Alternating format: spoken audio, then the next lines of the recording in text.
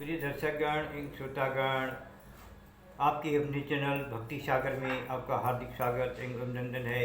इसी क्रम को आगे बढ़ाते हुए आज नरक चतुर्दशी है। मैं महाकाल की पूजा करूँगा। चलिए शुरू करता हूँ।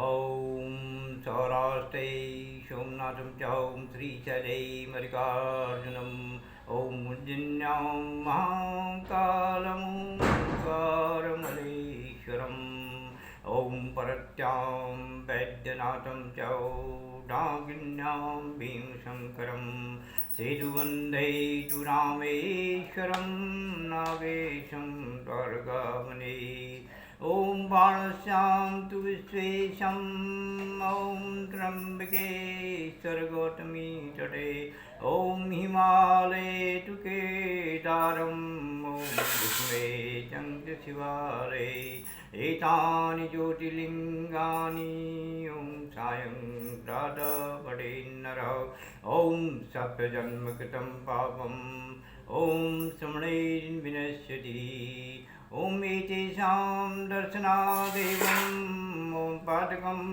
नैव तिष्ठति ओम कर्मक्षयो भवत्येयम् ओम यस्यं तुष्टो महेश्वरौ श्रीशां सदाशिवाय नमो नमः।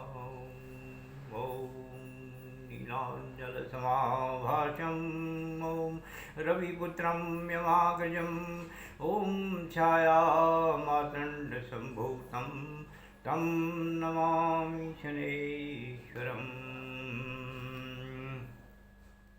आकाशे तारकं लिङ्गम् ओम पाताले हाटकेश्वरं भूलोके च महाकालम् ओम लिंगम त्रयं नमोस्तुते। शिव के 12 ज्योतिर्लिंगों में उज्जैन के महाकाल प्रथम पूज्य हैं। त्रिलोक में भू भुव और स्वः, धरती, आकाश, पाताल 3 शिवलिंग हैं जो प्रथम पूज्य हैं। आकाश में तारे लिंग स्वरूप हैं, पाताल में हाटकेश्वर और धरती पर महाकाल। सौर पुराण में महाकाल को दिव्य लिंग कहा गया है। काल चक्र की शुरुआत महाकाल से होती है। प्रलय काल में सारा संसार अंधेरे में डूबा था और महाकाल ने ब्रह्मा जी को सृष्टि का निर्माण करने को कहा। पुनः ब्रह्मा जी ने महाकाल से प्रार्थना की कि वे महाकाल वन में निवास करें। यह घटना पुरातन काल में उज्जैनी में हुई और तब से महाकाल उज्जैन में निवास कर रहे हैं। 12 ज्योतिर्लिंगों में सिर्फ महाकालेश्वर ही दक्षिणमुखी हैं।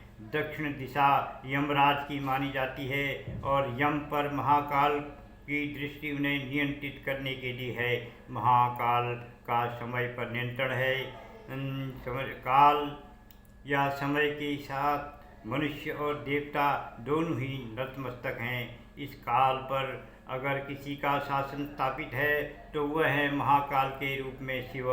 इसलिए शिव की स्तुति में शिव का अभिषेक कर भक्त अपने जीवन को आरोग्य, रस, रूप, गंध से सिंचित करने की कामना करते हैं और पूर्ण आयु को प्राप्त कर उन्हीं में विलीन होने की इच्छा प्रकट करते हैं। महाकाल की ये अर्चना जीवन के श्रेष्ठतम समय के आरंभ का सूत्रपात है।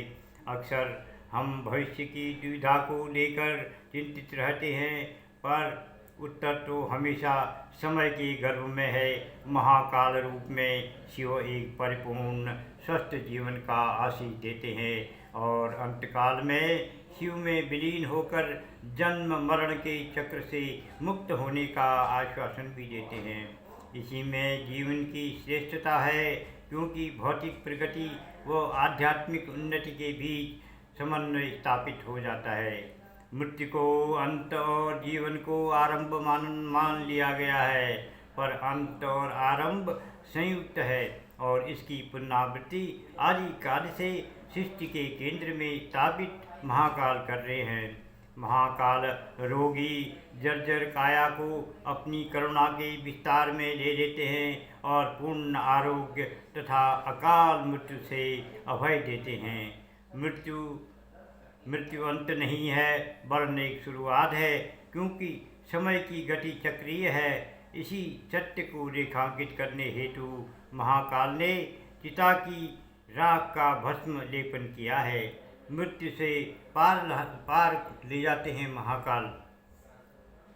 मृत्यु एक बार आती है, पर इसके पूर्व विघ्न बाधाओं से हारकर हम 1000 बार निराश होते हैं, मरते हैं। महाकाल ने समय को जीता है और समय उसी के अधीन होता है जिसमें शौर्य है।